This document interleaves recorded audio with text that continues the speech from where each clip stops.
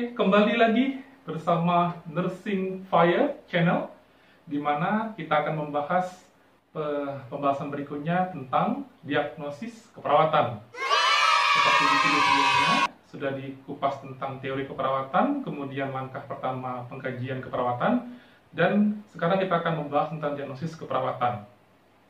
Diagnosis keperawatan, definisinya kan merupakan suatu respon dari manusia terhadap status kesehatannya, baik aktual maupun potensial, seperti itu. Nah, berbicara tentang diagnosis keperawatan, banyak hal-hal yang sebelumnya tidak kita ketahui, namun akan kita bahas pada saat ini. Diagnosis keperawatan mempunyai sejarah awalnya munculnya diagnosis keperawatan.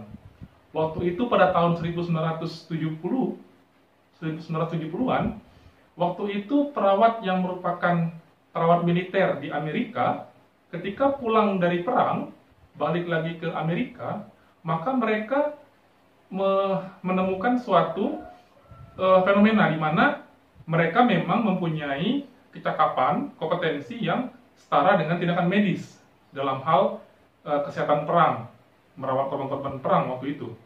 Nah, ketika mereka kembali ke Amerika, mereka merasakan adanya suatu kemiripan dengan medis, dengan dokter. Jadi waktu itu para ahli perawat Amerika tersebut kemudian berdiskusi dan memikirkan bahwa sebenarnya istilah diagnosis ini itu bukan merupakan suatu milik dari salah satu profesi, tetapi bisa dipakai oleh profesi yang lain. Maka dari itu dirumuskanlah istilah diagnosis keperawatan. Jadi, awal mula terminasi diagnosis keperawatan itu dimulai pada tahun 1970-an. Dan kemudian itu berkembang hingga ke seluruh keperawatan di dunia. Jadi memang perkembangannya sangat cepat sekali. Dan banyak taksonomi-taksonomi dunia yang muncul setelah itu. Seperti itu. Nah, kembali lagi setelah kita mengetahui tentang sejarah dari munculnya istilah diagnosis keperawatan, diagnosis keperawatan ini merupakan suatu langkah dalam proses keperawatan yang sangat kompleks, yang tidak mudah. Dan memang menjadi seorang perawat itu bukan sesuatu hal yang mudah. Jadi profesi kita adalah profesi yang sangat bermutu tinggi, sehingga untuk mendapatkannya pun, memperolehnya pun kita tidak ada jalan yang mudah. Sesuatu hal yang istimewa, yang bagus itu tidak didapat dengan hal yang mudah, butuh perjuangan. Seperti itu. Nah, ketika kita berbicara diagnosis keperawatan, bukan sesuatu hal yang mudah, yang sederhana, tapi kompleks. Oleh karena itu, misalnya kita lihat di buku SDKI ini, yang merupakan standar diagnosa di negara kita Indonesia, ini memuat 149 diagnosis keperawatan. Nah, perawat tidak diwajibkan untuk menghafal isi dari buku ini, tetapi harus menguasai, harus memahami apa yang ada dalam buku ini, tetapi bukan untuk dihafal. Seperti itu. Tidak 100% untuk dihafal, tapi harus menguasai dan memahami isi dan tahu cara menggunakan buku ini. Mengapa? Karena perawat hanya dituntut untuk bagaimana mudah mengakses buku ini, buku SDKI, buku SLKI, dan buku SIKI ini. Bagaimana mudah mengaksesnya. Jadi misalnya kepada rekan-rekan mahasiswa keperawatan, mereka harus punya buku ini, buku SDKI, SLKI, dan SIKI, agar mudah mengakses, mudah membaca dimanapun berada.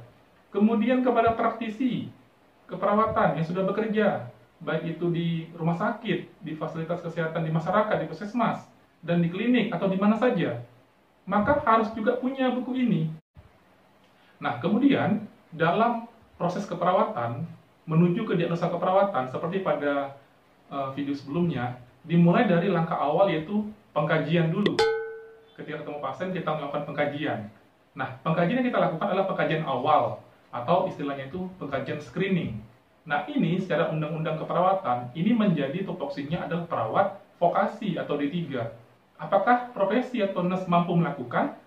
Otomatis mampu, karena kompetensi nurse lebih di atas dari perawat vokasi. Jadi ketika ketemu pasien pertama kali, yang kita lakukan adalah melakukan pengkajian awal atau screening. Nah, setelah melakukan pengkajian awal atau screening, kita melakukan yang namanya analisa data.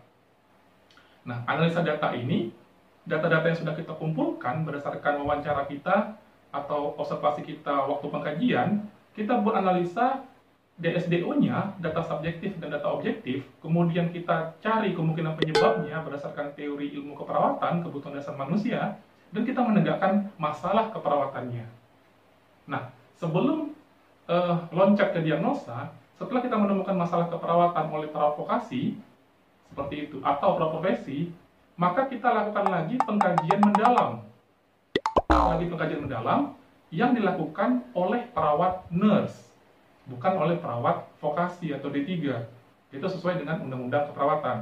Nah, perawat profesi melakukan pengkajian mendalam terhadap masalah yang muncul ini, dan berdasarkan kategori yang ada dalam buku SDKI, 5 kategori tadi.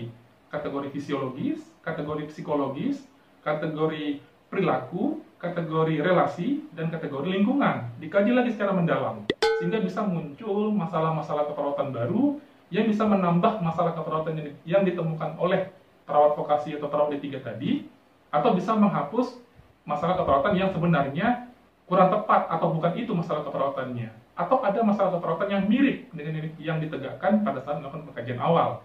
Jadi urutan-urutannya itu. Nah, setelah melakukan pengkajian mendalam oleh perawat profesi, akhirnya perawat profesi menegakkan diagnosis keperawatan. Nah, berbicara mengenai diagnosis keperawatan, maka nanti akan berbicara lagi tentang rumus diagnosis keperawatan. Jadi kalau misalnya berbicara apa diagnosis keperawatan pasien kita mengatakannya adalah bersihan jalan napas tidak efektif misalnya. Itu bukan merupakan diagnosis keperawatan. Bukan merupakan diagnosis keperawatan. Tetapi apa? Iya, itu merupakan masalah keperawatan atau problem. Jadi kalau dikatakan diagnosis keperawatan harus lengkap. Kalau dia diagnosis keperawatan aktual, harus ada problem, kemudian berhubungan dengan apa, dan dibuktikan dengan apa. Itu harus lengkap. Nah, sebelum sampai ke diagnosis keperawatan, kita mundur sedikit tentang tadi. Ketika perawat vokasi atau nurse melakukan pengkajian awal, kemudian setelah melakukan pengkajian awal menegakkan yang namanya analisa data, DSDO, kemungkinan penyebab, dan sehingga timbul masalah keperawatan. Nah, sampai di masalah keperawatan, apakah sesederhana itu menegakkan masalah keperawatan? Ternyata tidak. Mengapa? Yang namanya masalah keperawatan itu artinya respon pasien terhadap penyakitnya. Tetapi ada lagi respon pasien terhadap selain penyakitnya. Misalnya terhadap obat-obat yang diminumnya, terhadap hasil laboratorium yang sudah ada. Maksudnya begini, Linda Jual Carpenito, seorang ahli dalam dunia keperawatan, menerapkan atau mencetuskan teori bifokal sistem. Bifokal ini ada 2 tugas perawat. Yang pertama yaitu menegakkan diagnosis keperawatan, dan yang kedua yaitu menegakkan masalah kolaboratif atau potensial komplikasi. Masalah kolaboratif atau PK. PK itu potensial komplikasi. Jadi menurut Linda Jual Carpenito, setelah melakukan analisa data, perawat menegakkan masalah keperawatan atau diagnosis keperawatan tadi, dan juga masalah kolaboratif. Apa itu masalah kolaboratif? Ini yang sering dilewatkan terkadang, dan juga sering ya, karena pengalaman ya selama ini. Masalah kolaboratif itu adalah masalah pada pasien cenderung ke medis yang tidak dapat ditangani secara mandiri oleh perawat. Harus melakukan kolaborasi. Itu namanya masalah kolaboratif atau potensial komplikasi. Sebagai contoh langsung saja pengalaman saya pribadi. Begitu bermanfaatnya seorang perawat menegakkan selain diagnosa keperawatan juga masalah kolaboratif. Waktu itu saya sedang berdinas di ruang akut psikiatri. Jadi ketika pasien baru masuk melewat UGD, kemudian diobservasi di UGD selama 2 jam dan dikirimkan ke ruang akut psikiatri atau krisis psikiatri ya. Kalau di rumah sakit umum istilahnya ICU, kalau di misalnya di rumah sakit jiwa itu namanya psikiatri intensive care unit seperti itu. Nah, kemudian pasien ini didiagnosa oleh dokter GPA, gangguan psikotik akut. Artinya belum menuju ke skizofren gejalanya, masih di bawah 6 bulan, makanya disebut dengan gejalanya sudah terjadi selama kurang dari 6 bulan, makanya ditegak karena diagnosis medis yaitu gangguan psikotik akut, adanya halusinasi, waham, dan sebagainya. Nah, setelah dirawat selama 1 hari di ruang krisis psikiatri, maka pasien ini mengalami yang namanya kejang, hipertermi, kaku dari matanya, kaku dari lidahnya, dari giginya itu menggertak seperti itu. Dan sehingga dia antara gigi atas dan gigi bawah itu kaku dan menggigit bibirnya, dan suhu badannya panas. Nah, kalau kita misalnya hanya berbicara tentang diagnosis keperawatan, bisa kita menegakkan diagnosis berdasarkan pada gejala itu. Kaku pada leher, kaku pada mulut, pada mata juga yang ke atas, membelalak ke atas, dan tanda gejala yang lain. Tetapi waktu itu saya juga menegakkan masalah kolaboratif atau potensial komplikasi. Mengapa? Berdasarkan clinical judgment ya, penilaian klinis dari seorang perawat juga, bahwa ketika pasien tersebut selain karena penyakit, seperti yang saya katakan sebelumnya, bisa karena obat, misalnya, atau misalnya karena hasil laboratorium. Nah, ini pasien umurnya masih muda. Katakanlah pasiennya di bawah umur 18 tahun, sekitar umur 17 atau 18 seperti itu. Mendapatkan terapi antipsikotik untuk menangani halusinasi dan wahamnya. Nah, dengan pertama kali baru mendapatkan itu dengan umur muda, ternyata itu bisa pasien itu mengalami komplikasi yang namanya sindrom neuroleptik maligna. Artinya kumpulan gejala keganasan neuroleptik seperti itu. Gejala-gejala akibat obat antipsikotik yang pengaruh terhadap fungsi sarafnya, dan itu sangat ganas sekali. Makanya dibilang sindrom neuroleptik maligna atau singkatannya SNM seperti itu. Nah, saya berpikir bahwa apakah pasien ini mengalami sindrom neuroleptik maligna, SNM ini. Akhirnya saya buat, selain diagnosa keperawatan, saya buat lagi masalah kolaboratif atau MK, atau potensial komplikasi atau PK namanya, PK.2 SNM. Kemudian setelah itu saya, karena ini adalah potensial komplikasi atau masalah kolaboratif, yang misalnya kita lihat di buku SDKI ini, ada setiap di bawah diagnosa keperawatan itu, ada yang namanya kondisi klinis terkait. Jadi di sini misalnya di buku SDKI ini ada risiko shock misalnya, definisinya, kemudian faktor risikonya. Nah, kemudian di bawahnya ada kondisi klinis terkait. 1, misalnya pendarahan. 2, trauma multiple. 3, pneumotoraks. 4, infak miokard. 5, kardiomyopati. Nah, ini menurut saya adalah termasuk dalam teori Linda Jual tadi, bahwa ini termasuk potensial komplikasi atau masalah kolaboratif yang jangan diabaikan oleh perawat. Jadi ketika membaca buku SDKI, selain kita membaca judul dari diagnosa keperawatan ini, misalnya di sini ada obesitas misalnya, penyebabnya ada, kemudian gejala tanda mayor minornya ada, dan di bawahnya ada kondisi klinis terkait, misalnya gangguan genetik, faktor keturunan, hipotiroid. Nah, ini bisa menjadi potensial komplikasi yang harus menjadi perhatian perawat juga, seperti itu. Nah, kemudian kembali ke cerita tadi, ketika saya menegakkan diagnosa keperawatan dan masalah kolaboratifnya, saya konsulkan langsung ke DPJP-nya, dokter penanggung jawab ruangannya, dan dokternya langsung datang memeriksa, dan memang benar, ternyata pasien mengalami sindrom neuroleptik maligna. Seperti itu, sehingga diberilah tindakan-tindakan untuk mengatasi sindrom neuroleptik maligna, SNM, seperti itu ya. Jadi, tindakan-tindakan ini sebenarnya lebih mengarah ke gejalanya ya. Jadi ketika misalnya pasien mengalami hipotermi, diberikan obat untuk penurun panas, via infus misalnya langsung dikasih tindakan. Karena ini gejala yang mengancam nyawa, seperti itu.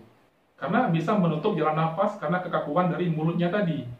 Gigi atas sama gigi bawah itu sudah menutup, tidak kaku rahang, sehingga mengancam nyawa, dan tindakan yang tepat. Nah, itu fungsinya kita selain menegakkan diagnosa keperawatan, juga kita memperhatikan yang namanya di buku SDKI ini, kondisi klinis terkait di buku SDKI ini. Karena kondisi klinis terkait juga dikatakan di sini ada beberapa banyak kondisi klinis terkait yang ada.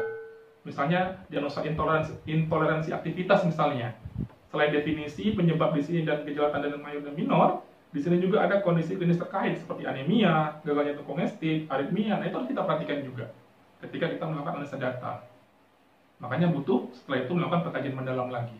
Nah, setelah itu akhirnya si pasien tadi itu pulih kembali dengan cepat.